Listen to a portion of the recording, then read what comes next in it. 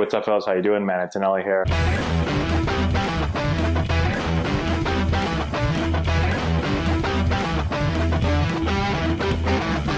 Hey, what's going on, everyone? Today we're talking about your questions. We're not talking about them, we're answering them. And so today's question is about jobs when you become a professional baseball player. And so what do? Do players get jobs in the off season? And so I'm going to let you into a little insight into what I did for jobs. And every player is obviously a little bit different. Everyone comes from a different background. Everyone gets different signing bonuses, right? So typically, the higher the signing bonus, probably the less likely you're going to have to work as much in the offseason. The lower your signing bonus, or a lot of players don't get any signing bonuses, you're probably going to have to work a little bit more. Some players might come from families that are multi-millionaires, and so maybe they help support their players, their sons that are in the minor leagues, and so maybe they don't have to work.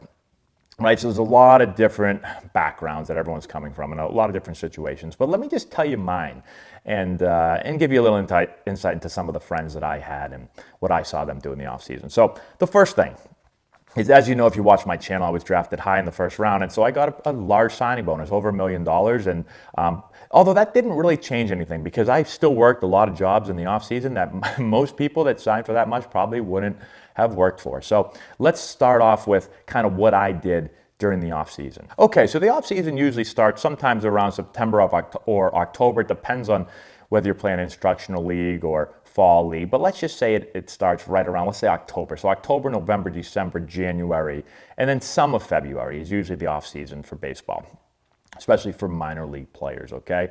And so when I got off my first year, I got a job for a few reasons. The first reason was that I didn't want to sit around and play video games all day long, right? And so, listen, the first job that you have as a professional player is to get as good at baseball as you possibly can. And so you've got to train, you've got to hit, you've got to field, you've got to do all that stuff. But even if you are working really, really hard in the off season, you're probably lifting and working out for, let's say, an hour and a half or so. You know, you're hitting, you're fielding, you're doing all that for maybe an hour and a half. That's 3 hours. Let's say you're really crazy and you've got other stuff going on, you know, maybe 4 or 5 hours. But still, if you get in there at 9 o'clock, I mean, you're done by 2 o'clock or so. So, you know, you can do a lot of work. You can't work all day long on your craft, right? 5 hours a day in the off season, that's a lot of work. And so it's gonna be a lot of downtime. Now, you can play video games if you want, or maybe you have some other hobby that you do instead.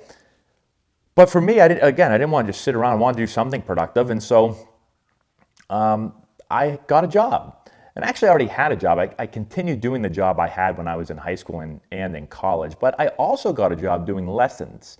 And so I did lessons at a local facility. And I think this is what a lot of players end up doing, because their expertise is baseball. And a lot of those players can say, you know, I'm a professional baseball player. You should take a lesson from me. And they have a lot of experiences, and they've learned from typically a lot of good baseball people. And so they can pass on a lot of the knowledge that they've acquired. And so that's a typical job for players. And so I did that at the local facility. To give you an idea, I was making $15 every half an hour lesson, I believe it was. Right, so I was making $15 a half an hour lesson, so $30 an hour, but you're not always going to have people signing up every hour, and sometimes people cancel and don't show. And so, you know, I don't know, I was probably making, let's say, about $20 an hour. But you're not working all day either. I would usually pop in and do maybe 3-4 lessons, you know, make, you know, $50 or so. And that would be my day's work. Now, looking back at that, I just signed for almost $1.6 million.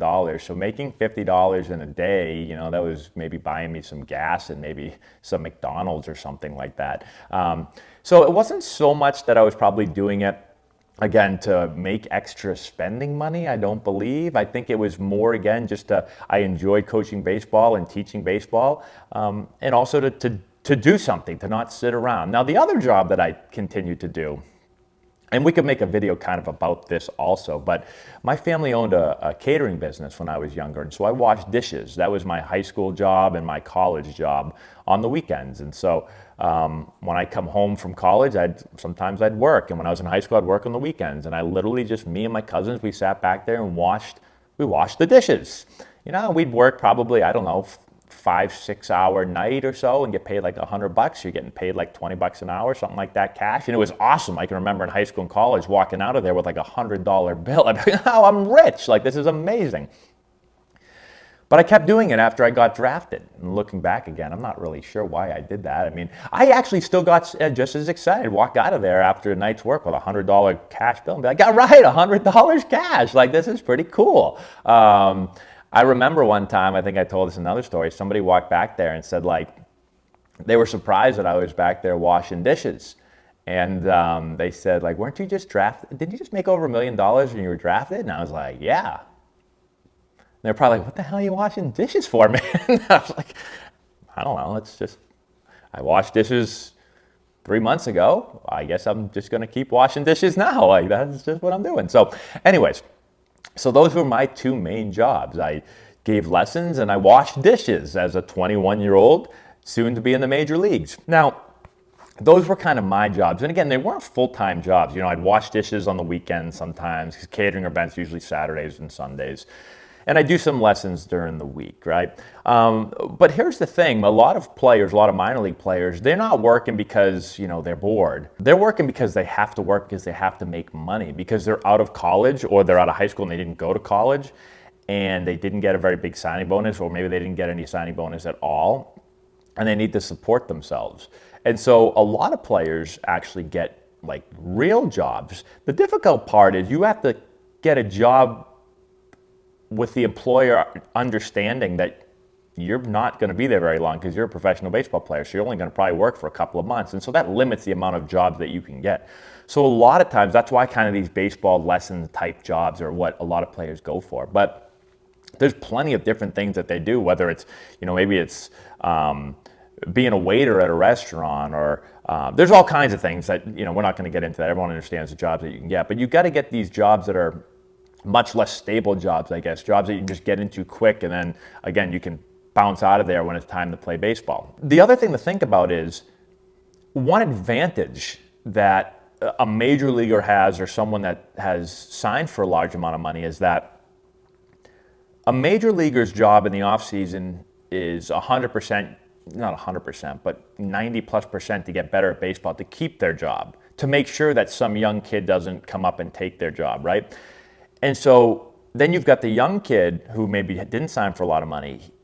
His job is to try to be better than these players, these major league players. But he's also trying to work a full-time job because he needs to survive in the world. And so you can see how it's you're at a disadvantage in a lot of ways, because you can't spend as much time training for baseball. Now, we did talk about how, you know, you can't train all day long, but think about it. If you're a player that's trying to compete with some guy in the major leagues that doesn't have to work a real job in the offseason, just imagine if you've got to get up and work on your baseball game from 9 to 2, and then from 3 to 10, you've got to go get a job someplace else, you know, being a waiter or something, and then you've got to get up the next morning after doing that all day and do it again. That's where it can become difficult. There's definitely an advantage to not having to work those type of jobs in the off season. In a perfect world, I think most players would probably just try to train. And I actually think about this a lot. If I could go back and do it all over again, one thing that I probably would have done actually is I probably would have bought a house someplace nice and warm so I could go down there, maybe give some lessons down there, but go down there and field like just a million ground balls. One thing about being in my area is, even though I wanted to train a lot, I can't go outside in the winter, right? The off season's in the winter and it's freezing out. Like right now outside, it's like 15 degrees, probably 20 degrees. So I can't go field ground balls. And so that would have been one thing I probably would have done looking back. That's for another video. Things that would have changed. Go back and go get a place, someplace warm, Arizona or Florida, near our spring training complex, and be able to go out every single day and swing, but swing on a field, head on a field, not in a batting cage, and be able to field ground balls, you know, off of actual dirt and not in a little tiny batting tunnel. I think would have been some things that'd be helpful as well. So hopefully this gives you a little bit of insight into the thought process and what players actually have to do during the off season to work real jobs, because especially when it comes to minor league players that are trying to get to the big leagues, most make no money during the season, and most did not sign for a really large signing bonus, and so they've got to do something to support themselves, or maybe they even have a family they have to support. So let me know if you have any questions in the comment section below. Subscribe to the channel, hit the notification bell, all that good stuff. We'll talk to you later. If you've got hitters that you're looking to improve before the start of next season, this is essential for you. Matt Antonelli here, former major league player, first-round pick, and college coach. With this course, we're going to show you exactly, step-by-step, how to generate power, develop bat speed, and enhance swing mechanics. Regardless of your hitter's age, this course is going to deliver advanced hitting techniques that will allow any hitter to get better and make an impact at the plate this spring. We have a full catalog of training content that you can access from anywhere at any time. This course is perfect for players, parents, coaches, instructors, and more. It offers a comprehensive package of drills and techniques that you can directly implement. Our course has helped hitters all over the country at different competition levels, and the feedback that we've received has been outstanding. The work you put in now will drive your success at the plate this spring. Get the essential knowledge that you need to take your game to the next level.